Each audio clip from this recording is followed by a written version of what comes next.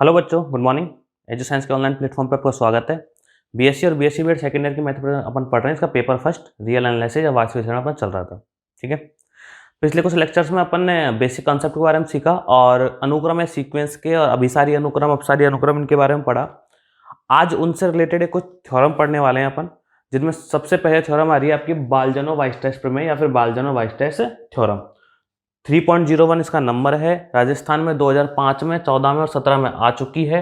अब स्टेटमेंट, पहले अपन स्टेटमेंट समझते हैं, कहना क्या चाह रहा है, फिर इसका अपन प्रूफ देखेंगे। ठीक है, लेकिन मैं आपसे ये कहना चाहूंगा, ये क्लास देखने से पहले सीक्वेंस के अनुक्रम के बारे में जो भी चीज़ आपको पहले बताई गई थी आप उनको एक बार देख लें, उसके बाद आप इसको शुरू करें। क्योंकि उनको देख लोगे ना तो यहाँ जो छोटी छोटी बेसिक टर्मिनोलॉजी में यूज करने वाला हूँ उसमें आपको दिक्कत नहीं आएगी फिर तो। ठीक है, चलो।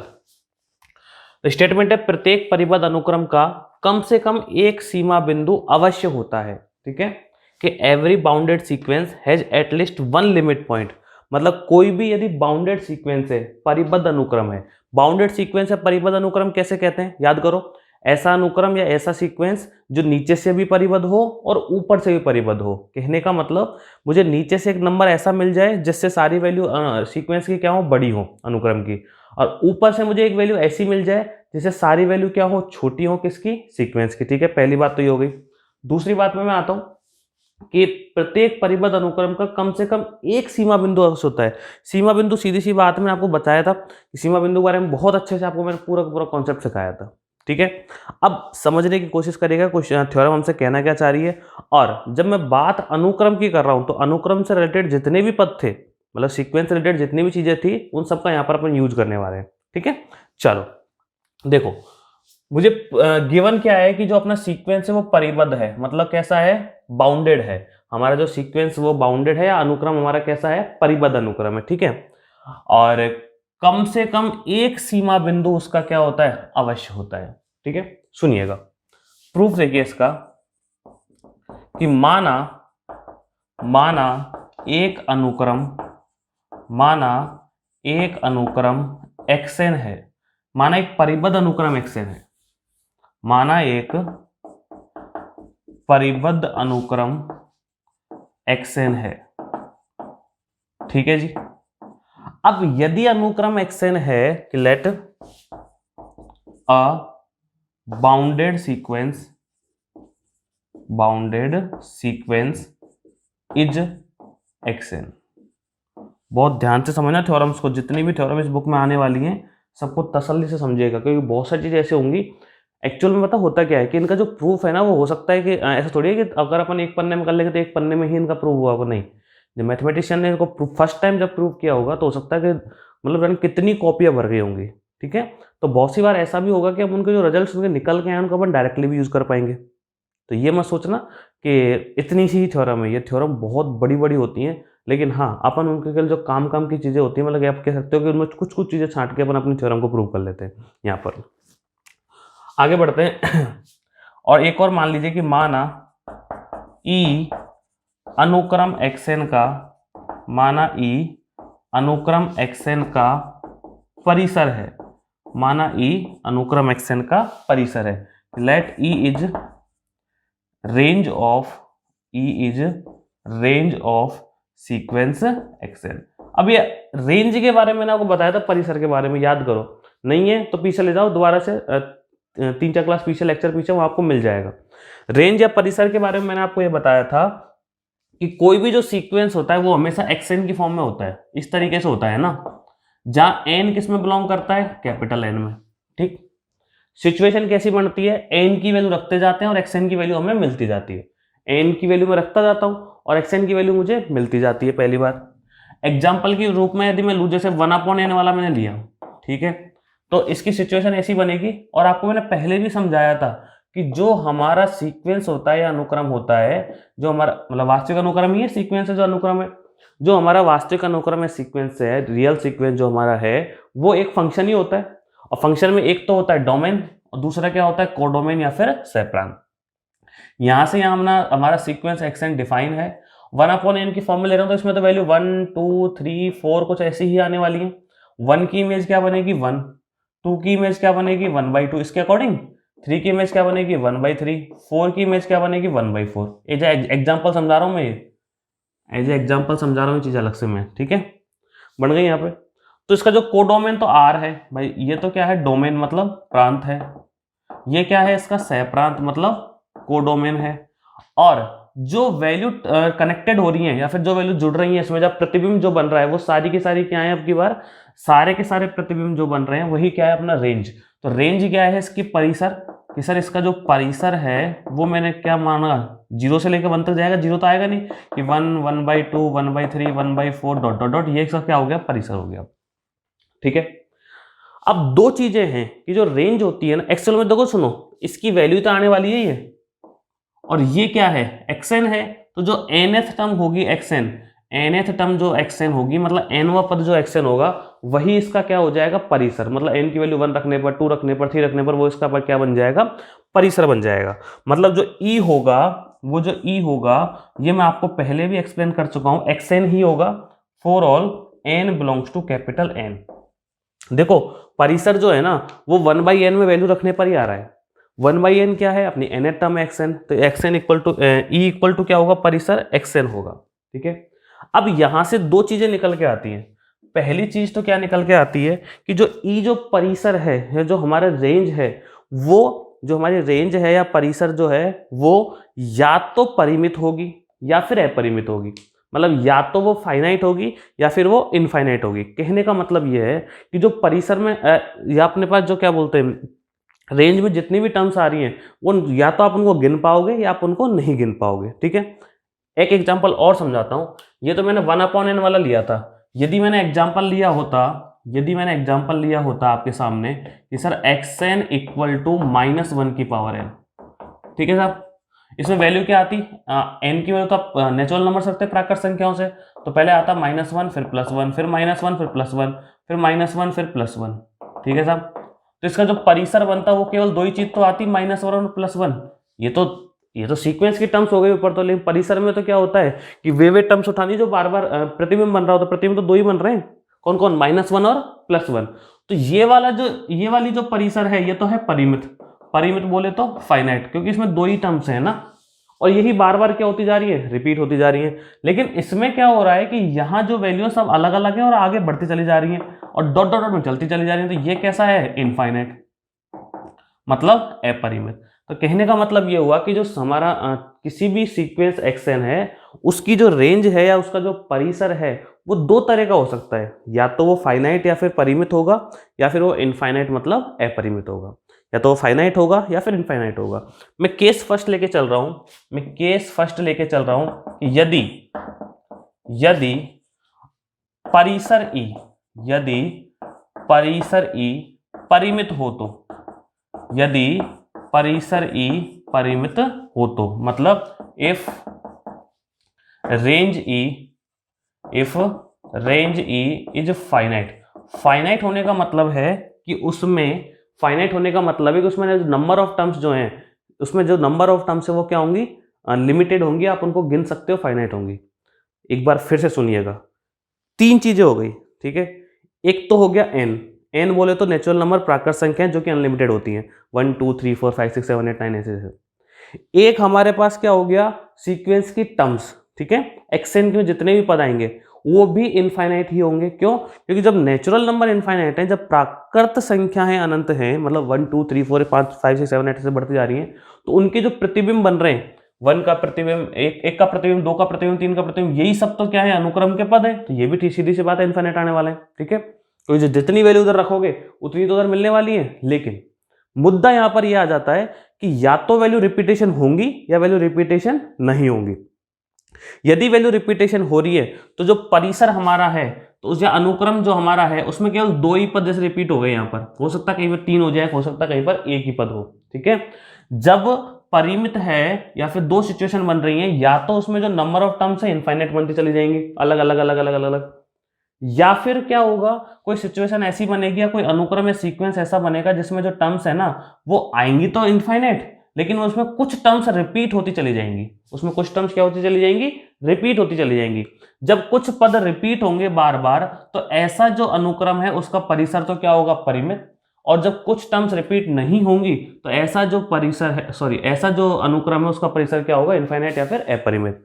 हमने कंडीशन क्या उठाई है कि यदि परिसर ई परिमित हो, यदि परिसर ई क्या हो, परिमित हो, तो जब परिसर ई परिमित है या फिर रेंज ई फाइनाइट है तो डेफिनेटली कुछ ना कुछ टर्म्स को तो रिपीट होना ही पड़ेगा। अगर ये कुछ टर्म्स रिपीट नहीं हुई तो इनफाइनाइट नंबर ऑफ टर्म्स मिलेंगी कैसे? दोबारा एक बार लास्ट टाइम और रिपीट कर रहा हूं, ध्यान से सुन लेना। एक तो हो गया एन, एन बोले तो नेचुरल नंबर, प्राकृत संख्या है, उनके संगत मुझे किसकी वैल्यू मिलेगी, एक्स एन की वैल्यू मिलेगी। एन जो अपनी नेचुरल नंबर प्राकृत संख्या है उनके संगत मुझे एक्स एन की वैल्यू मिलने वाली है, ठीक है सर।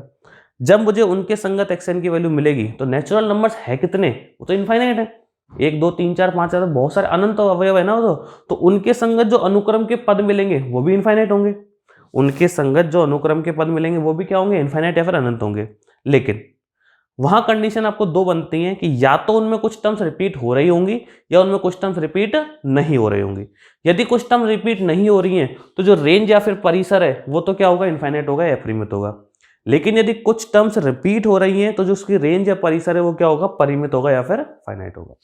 अब यदि परिसर ही परिमित हो तो ठीक है, तो माना एक संख्या अल्फा, तो माना एक संख्या अल्फा की बार बार पुनरावृत्ति होगी।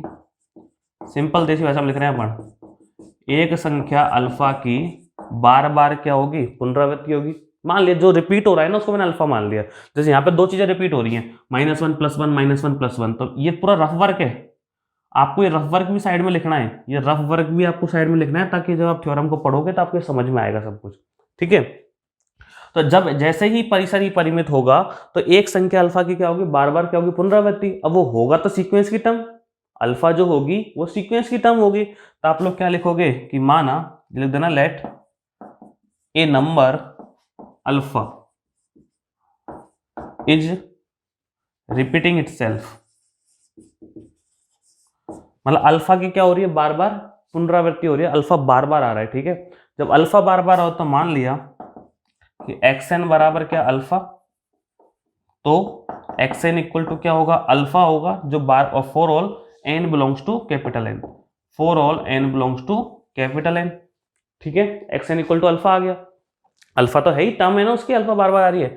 अब मुझे बताओ इसका सीमा बिंदु क्या है, इस वाले सीक्वेंस का सीमा बिंदु या लिमिट पॉइंट क्या है कि सर -1 और +1।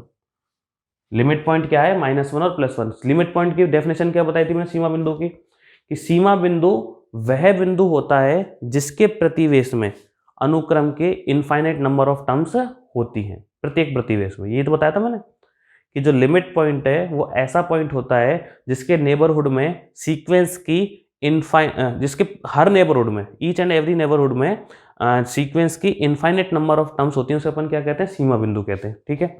अब जो ये बार बार रिपीट हो रहा है, जो बार बार रिपीट हो रहा है, तो यही क्या बन जाए, होता है हमेशा सीमा बिंदु होता है कि जो चीजें एक बार रिपीट हो रही है ना, तो इसके लिए सीमा बिंदु क्या, -1 और +1। ये क्वेश्चन करा चुका हूं पहले मैं। इसके लिए लिमिट पॉइंट क्या है, -1 और +1, ठीक है। तो यहां भी लिमिट पॉइंट क्या होगा, -1 और +1 होगा, जो रिपीट हो रहा है। अपना रिपीट कौन हो रहा है, अल्फा, तो अल्फा ही क्या हो जाएगा इसका लिमिट पॉइंट। तो इंप्लाइज करके आप लिख देंगे, so alpha is limit point of A sequence, so alpha is limit point of A sequence. क्यों, क्योंकि ये बार बार रिपीट हो रहा है, उसमें बार बार आएगा और उसके प्रतिवेश में अनंत पद विद्यमान होंगे, इसलिए अल्फा अनुक्रम का, अल्फा अनुक्रम xn का सीमा बिंदु है, अनुक्रम xn का सीमा बिंदु है। ये बात तो तब हुई जब अपना जो परिसर ई था वो कैसा था, परिमित था, या फिर रेंज क्या थी हमारी, फाइनाइट थी, ठीक है।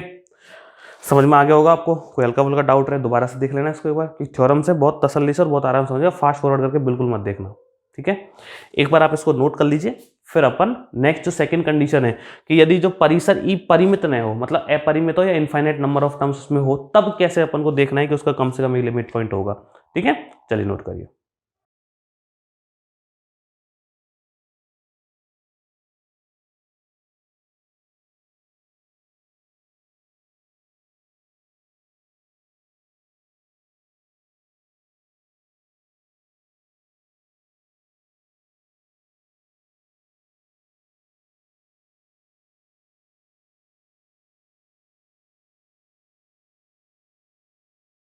आगे देखिएगा, केस सेकंड है ना, सुनो, केस सेकंड में मैं क्या लेके चल रहा हूं, बहुत ध्यान से सुनिएगा कि जो माना जो हमारा परिसर ई है वो मैंने क्या मान लिया, ई जो परिसर है वो कैसा है, अपरिमित है। ई परिसर मैंने कैसा मान लिया, अपरिमित है, कि लेट ई इज इनफाइनाइट, मतलब उसमें नंबर ऑफ टर्म्स कितनी है, इनफाइनाइट टर्म्स है, बहुत सारी है, मतलब सिचुएशन कुछ ऐसी बन रही है। ठीक है, चले देखो कि अनुक्रम xn कैसा अनुक्रम है, एक परिबद्ध अनुक्रम है। कैसा अनुक्रम है, अनुक्रम xn एक परिबद्ध अनुक्रम है। ठीक है, यहां तक। जब xn एक परिबद्ध अनुक्रम है और e का जो परिसर e है वो कैसा है, अपरिमित है, मतलब उसमें नंबर ऑफ टर्म्स कितनी है, इनफाइनाइट है यहां पर, और xn हमारा कैसा है, परिबद्ध अनुक्रम है, तथा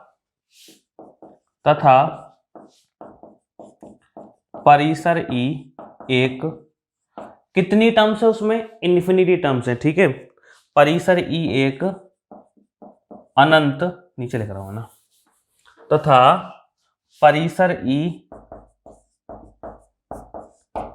एक कैसा, अनंत परिबद्ध समुच्चय है, अनंत परिबद्ध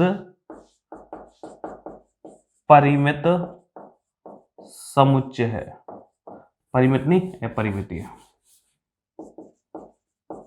बात पल्ले पड़ी जो मैंने लिखी भाई, xn तो क्या परिबद्ध अनुक्रम है पहले से, वो तो दे रखा है कुछ थ्योरम ने ना, लेकिन जो e है वो एक अनंत परिबद्ध समुच्चय होगा, क्योंकि e में जो एलिमेंट्स होंगे वो सीक्वेंस xn के आएंगे, e में जो अवयव आएंगे वो अनुक्रम xn के आएंगे, और अनुक्रम जो अपना e है, जो अपना परिसर e है वो कैसा है, अपरिमित है, मतलब उसमें नंबर ऑफ टर्म्स कितनी है, इनफाइनाइट टर्म्स है यहाँ पर, तो निश्चित रूप से अनंत परिबद्ध समुच्चय होगा। ठीक है, यह लिख देता हूँ इंग्लिश मीडियम के लिए कि xn is a bounded sequence, xn is a bounded sequence and range E is a infinite bounded set of R, क्योंकि वार संख्या आएंगी, एक अनंत परिबद्ध समुच्चय है R में।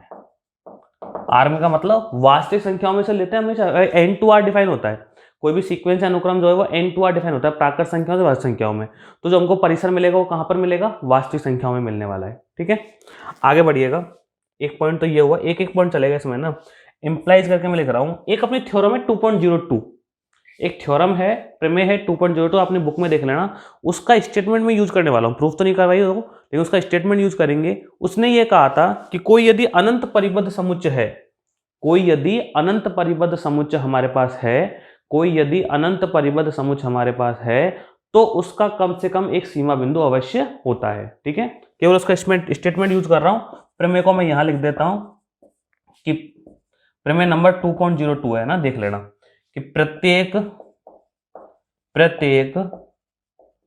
अनंत परिबद्ध समुच्चय का, प्रत्येक अनंत परिबद्ध समुच्चय का कम से कम एक सीमा बिंदु अवश्य होता है, कम से कम एक सीमा बिंदु अवश्य होता है। ठीक है जी, तो सुनो, इसका मैं इंग्लिश में लिख देता हूं, क्या लिखा है मैंने कि थ्योरम नंबर 2.02 है हमारी कि एवरी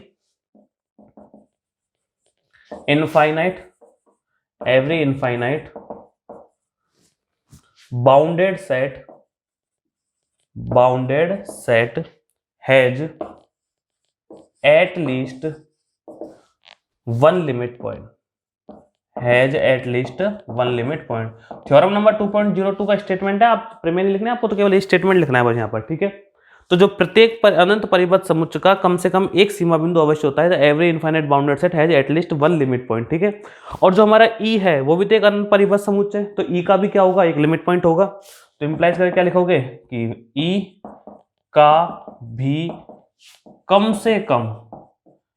से कम एक सीमा बिंदु होगा, क्योंकि ई भी हमारा क्या है, ई भी हमारा क्या है कि सर ई जो है वो भी अनंत परिबद्ध समुच्चय है। ठीक है, तो ई का भी कम से कम एक सीमा बिंदु अवश्य होगा, या फिर E has at least one limit point, E has at least one limit point.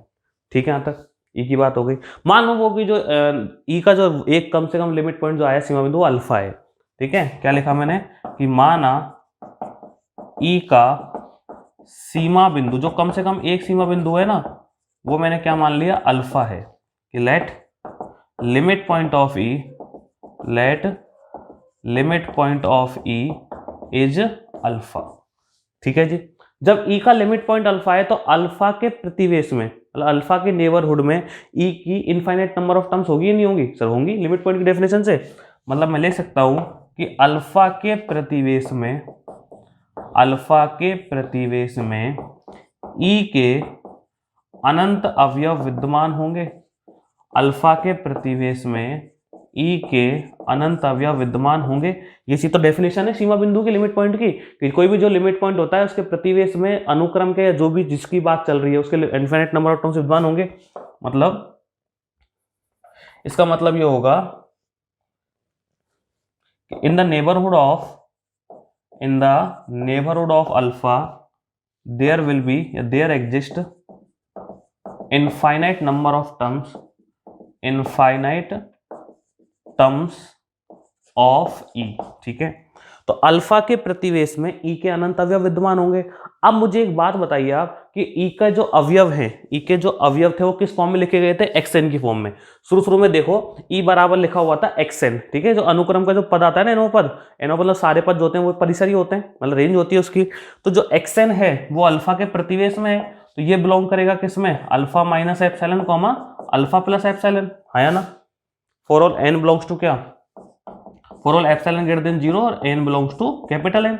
देख लो एक्सएन जो है वो ई के अवयव है, ई के जो टर्म्स थी वो क्या थी? एक्सएन, और ये बिलोंग करेगा किसमें? Alpha minus epsilon comma alpha plus epsilon. मतलब ये जो हिंदी में लिखा हुआ है ना उसकी ये तो इंग्लिश है और ये मैथ है। एक ही चीज को तीन तरीके से लिखा गया है, हिंदी में, इंग्लिश में और मैथमेटिक्स में। ठीक है, यहां तक एक्सएन क्या है? सीक्वेंस की टर्म्स है। जब अनुक्रम के पद या परिसर का पद वही है एक्सएन, और एक्सएन क्या है? अनुक्रम के पद है। तो अनुक्रम सीक्वेंस की टर्म्स है ना, तो अनुक्रम के पद यदि अल्फा के प्रतिवेश में है, इनफाइनाइट नंबर ऑफ टर्म्स, तो अनुक्रम क्या सीमा बिंदु भी क्या हो गया? अल्फा हो गया। ठीक है, तो चलो एक बार एक काम करते हैं, यहां से हटाता हूं, एक काम नोट कर लो, तो दोबारा से लिखेंगे इसको, है ना। चलो, और मैं एक बार फिर समझाता हूं, ध्यान से देखना। मैंने माना था ई का परिसर क्या है? अपरिमित है, मतलब लेट ई इज इनफाइनाइट। ठीक है, मतलब ई जो अपना रेंज ई है वो कैसी है? इनफाइनाइट नंबर ऑफ टर्म्स में है, वो सेकंड वाली कंडीशन जो अपन पढ़ रहे थे। आगे देखिएगा कि एक्सएन एक परिबद्ध अनुक्रम है। ठीक है, तथा परिसर ई एक अनंत परिबद्ध समुच्चय है आर में। ठीक, मान लिया कि परिबद्ध अनुक्रम तो है ही, और जब इसमें इन नंबर ऑफ टर्म्स इनफाइनाइट है तो उसको अनंत परिबद्ध समुच्चय हमने बोल दिया। X n is a bounded sequence and range E is a infinite bounded set of R. ठीक है, क्योंकि जो वैल्यू ली जाती है एन टू आर डिफाइन होता है कोई भी सीक्वेंस, कोई भी अनुक्रम जो है वो एन से आर में परिभाषित होता है, और एन से आर में परिभाषित होगा तो प्राकृत संख्याओं से वास्तविक संख्याओं में परिभाषित होगा। ठीक है, तो मतलब वैल्यू जो मिलेंगी ना, जो रखेंगे वो तो प्राकृत संख्याओं से रखेंगे, और जो मिलेगी वो वास्तविक संख्याओं में मिलने वाली है। ठीक, थ्योरम नंबर 2.02 क्या थी कि प्रत्येक अनंत परिबद्ध समुच्चय का कम से कम एक सीमा बिंदु अवश्य होता है। ये थ्योरम नंबर 2.02 है, प्रूव नहीं करवाई है, लेकिन इसका स्टेटमेंट हमने यूज किया है कि every infinite bounded set has at least one limit point, कि कोई भी ऐसा जो सेट होगा या समुच्चय होगा जिसमें इन नंबर ऑफ टर्म्स इनफाइनाइट हो लेकिन वो बाउंडेड हो, जिसमें नंबर ऑफ टर्म्स इनफाइनाइट हो लेकिन वो कैसा हो? बाउंडेड हो, मतलब परिबद्ध हो, और उसमें पदों की संख्या कितनी हो? अनंत हो, तो उसका कम से कम एक सीमा बिंदु अवश्य होता है। ठीक है, तो ई के साथ ऐसी सिचुएशन है, ई एक अनंत परिबद्ध समुच्चय है, ई एक अनंत परिबद्ध समुच्चय है और ये परिबद्ध भी है। ठीक है, अनंत समुच्चय और परिबद्ध भी है, तो इसका एक कम से कम सीमा बिंदु होगा। मान लीजिए कि वो जो ई है एटलीस्ट वन लिमिट पॉइंट, मान लीजिए कि वो लिमिट पॉइंट क्या है? अल्फा है। वो लिमिट पॉइंट मैंने क्या मान लिया? अल्फा मान लिया। ठीक, अब ई जो है उसमें टर्म्स कौन सी आ रही है? सीक्वेंस के तो पद आ रहे हैं, अनुक्रम के तो पद आ रहे हैं ई में, है ना भाई। भाई ई में जो पद है वो कौन से आ रहे हैं? अनुक्रम के पद आ रहे हैं, और जब ई में अनुक्रम के पद आ रहे हैं तो अनुक्रम के पद कौन सा? एक्सएन। अनुक्रम का पद कौन सा? एक्सएन। तो जो अल्फा के प्रतिवेश में ई के अनंत पद विद्यमान होंगे, ये क्या है? डेफिनेशन है सीमा बिंदु की, कि in the neighbourhood of alpha there exist infinite terms of E. ठीक है, तो एक्सएन बिलोंग्स टू, एक्सएन क्या था? ई के जो एलिमेंट है, ई के जो अवयव है वो क्या थे? एक्सएन। तो x n belong to alpha minus epsilon alpha plus epsilon for all epsilon greater 0 n belongs to capital. समझने वाली बात यहाँ पर ये है कि जो अल्फा का प्रतिवेश है या नेबरहुड ऑफ अल्फा है वो तो ये है, ई के जो अनंत अवयव है, ई के अवयवों को या फिर ई की जो टर्म्स है उसको दर्शाया गया किससे, एक्सएन से, जो मैंने शुरू में जब थ्योरम स्टार्ट की थी तब बताया था मैंने आपको। नोट करिए, 2-3 लाइन और रेडी है, फिर थ्योरम कंप्लीट करते हैं।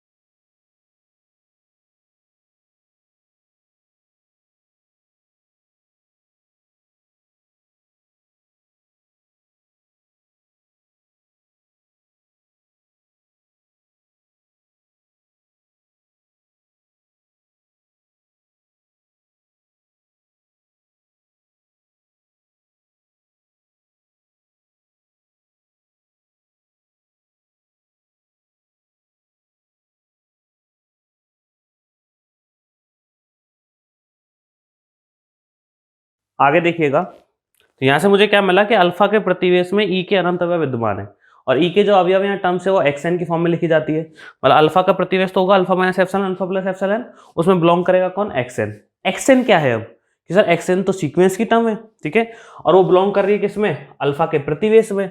तो यहाँ से आप इंप्लाइज करके लिखोगे कि अनुक्रम एक्सएन के पद, अनंत पद, अनुक्रम एक्सएन के पद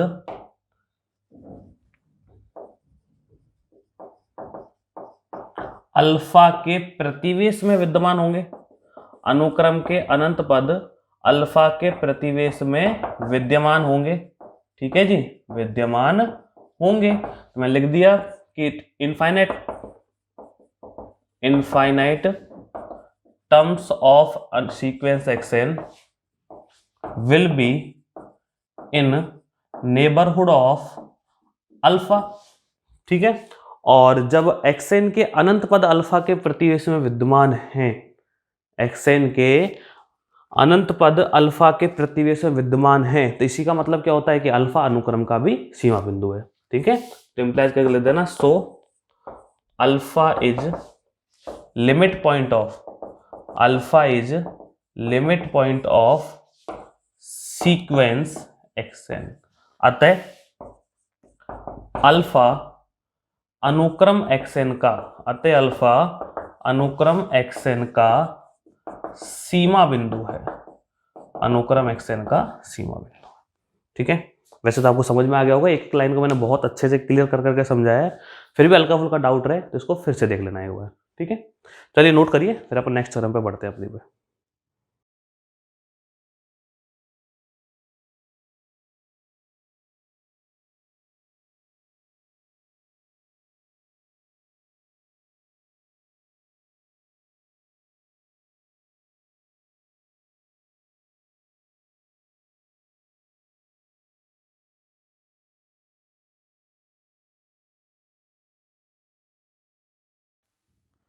आगे देखिएगा, नेक्स्ट थ्योरम है हमारे पास 3.02, जो कि कह रही है कि प्रत्येक अभिसारी अनुक्रम कैसा होता है, परिबद्ध होता है, मतलब every convergent sequence is bounded, ठीक है।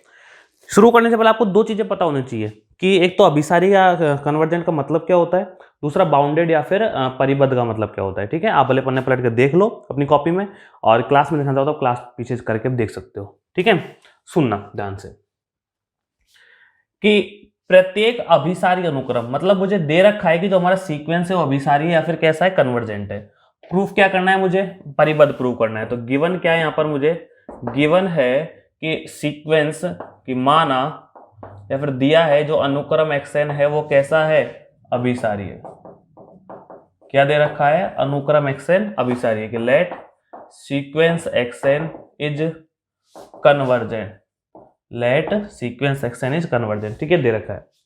कन्वर्जेंट का मतलब क्या होता है अभिसारी का, वो भी अपन लिखेंगे अभी धीरे धीरे, आपने देख लिया होगा, वैसे ज्यादातर देख लो, मैं लिख रहा हूं तक। और प्रूफ, टू प्रूव क्या है, मतलब मुझे प्रूव क्या करना है कि सर मुझे प्रूव करना है कि जो सीक्वेंस एक्सएन है वो परिबद्ध है, कि सीक्वेंस अनुक्रम एक्सएन कैसा है, परिबद्ध है, मतलब sequence x n is bounded, sequence x n is bounded prove करना। बाउंडेड का मतलब क्या होता है कि जो मॉड एक्सएन है वो लेस देन होना चाहिए किससे, के से। ये बता चुका हूँ मैं पहले आपको, जैसे आप परिबद्ध वाले टॉपिक पे जाओगे वहां देख लेना, बता रखा है कि मॉड xn लेस देन क्या होगा, के होगा। यदि ऐसा है तब तो वो परिबद्ध है, वरना नहीं है। ठीक है, अब चलते हैं अपन इसके किस पे, प्रूफ पे। ठीक है, since sequence xn is convergent, मतलब अनुक्रम xn कैसा है, अभिसारी है। अनुक्रम अभिसारी है। कभी मैं हिंदी इंग्लिश को मिक्स करूँ ना तो कंफ्यूज मत होना, ठीक है। मैं हिंदी में बोल रहा हूँ और इंग्लिश में, दोनों में बोल रहा हूँ मैं लैंग्वेज में, ठीक है। कन्वर्जेंट की डेफिनेशन क्या होती है, मैंने बताया था आपको कि there exist epsilon greater than 0 such that mod xn minus जाई greater than alpha less than alpha for all n0 belongs to capital, n greater than n0 for all n0 belongs to capital है। ये चीजें मैं आपको पहले बता चुका हूं कि xn इज कन्वर्जेंट, अनुक्रम xn अभिसारी है। तो there exist epsilon greater than 0 such that mod xn minus xi less than क्या होगा, epsilon for all n greater than n0 belongs to capital है। ये मैंने कन्वर्जेंट या अनुक्रम के अभिसारी होने की परिभाषा यहाँ पर अप्लाई कर दी। ठीक है, कोई दिक्कत की सर नहीं है। एप्सिलॉन क्या है, एक अल्प धनात्मक राशि है, और जाई क्या है, यहाँ पर इसकी दूसरी फॉर्म भी होती है, याद हो तो, कि limit n tends to infinity xn करने पर क्या आ जाए, जाई। और जाई क्या होना चाहिए, परिमित या फिर फाइनाइट। जाई हमारा परिमित या फाइनाइट है तो भी हमारा अनुक्रम xn क्या होगा कि सर अनुक्रम xn सीक्वेंस xn क्या होगा, अभिसारी होगा। ठीक है, ये चीज मेरे पास है। लेकर आना है मुझे कुछ ऐसा, मुझे ये लेकर आना है। ठीक है, मान लीजिए किसी एक सिचुएशन के लिए, अपने मन से मैंने मान लिया कि किसी एक सिचुएशन के लिए एप्सिलॉन इक्वल टू 1 है।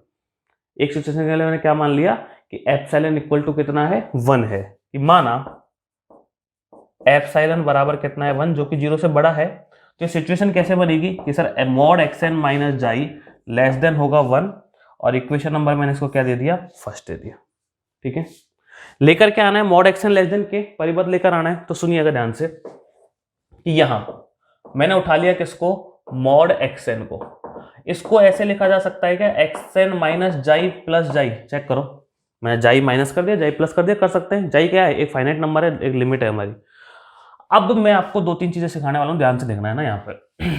पहले बता भी चुका हूं और आज फिर से बता रहा हूं कि यदि आपके पास मॉड ए प्लस मॉड बी हो तो ये लेस देन इक्वल टू होता है मॉड ए प्लस मॉड बी के। यदि आपके पास मॉड ए माइनस मॉड बी हो, मॉड ए माइनस बी हो, तो ये लेस देन इक्वल टू होता है मॉड ए प्लस मॉड बी के। यदि आपके पास मॉड ए प्लस मॉड बी हो और तो ये ग्रेटर देन इक्वल टू होता है मॉड ए माइनस मॉड बी के। और यदि आपके पास मॉड ए माइनस बी हो तो ये ग्रेटर देन इक्वल टू होता है मॉड ए माइनस मॉड बी के।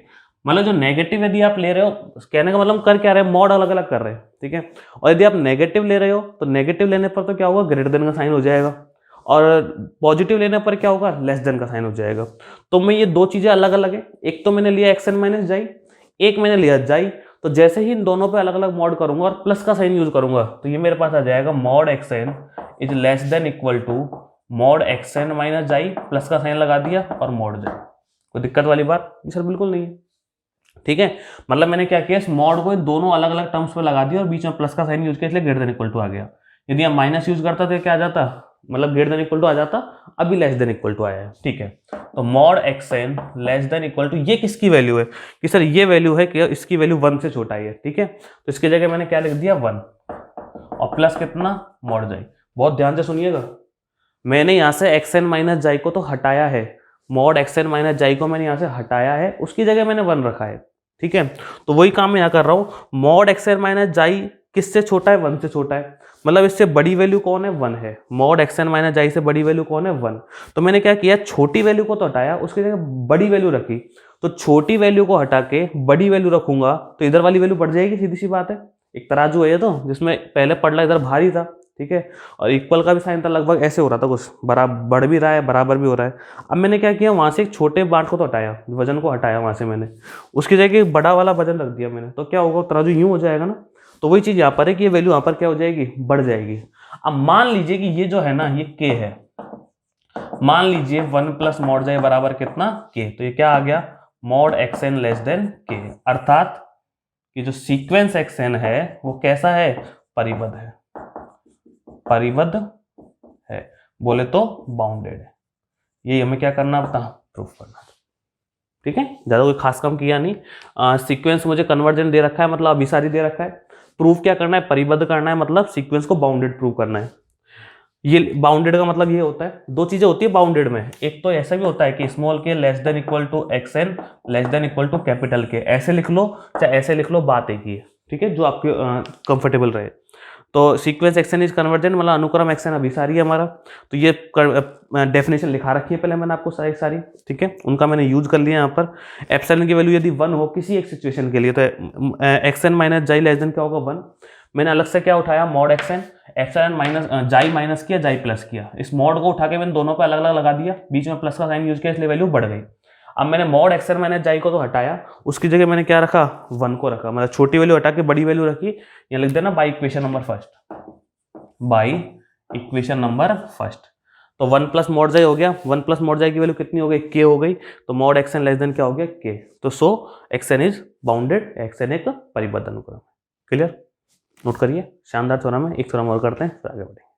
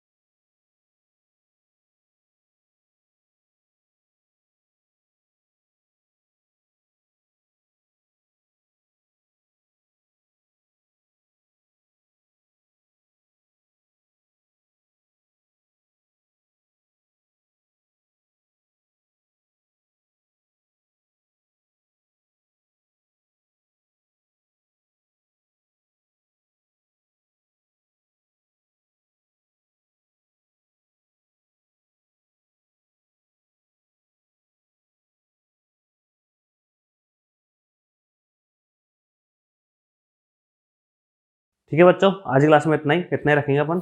आप इन थ्योरम्स को दोनों को पढ़िए, जो 2 थ्योरम कराएंगे अच्छे से इनको देखिए, कोई डाउट हो तो पूछिएगा, क्लास को 1 बार 2 बार 3 बार ढंग से देखिएगा। बाकी मिलता है नेक्स्ट लेक्चर में। Thank you very much.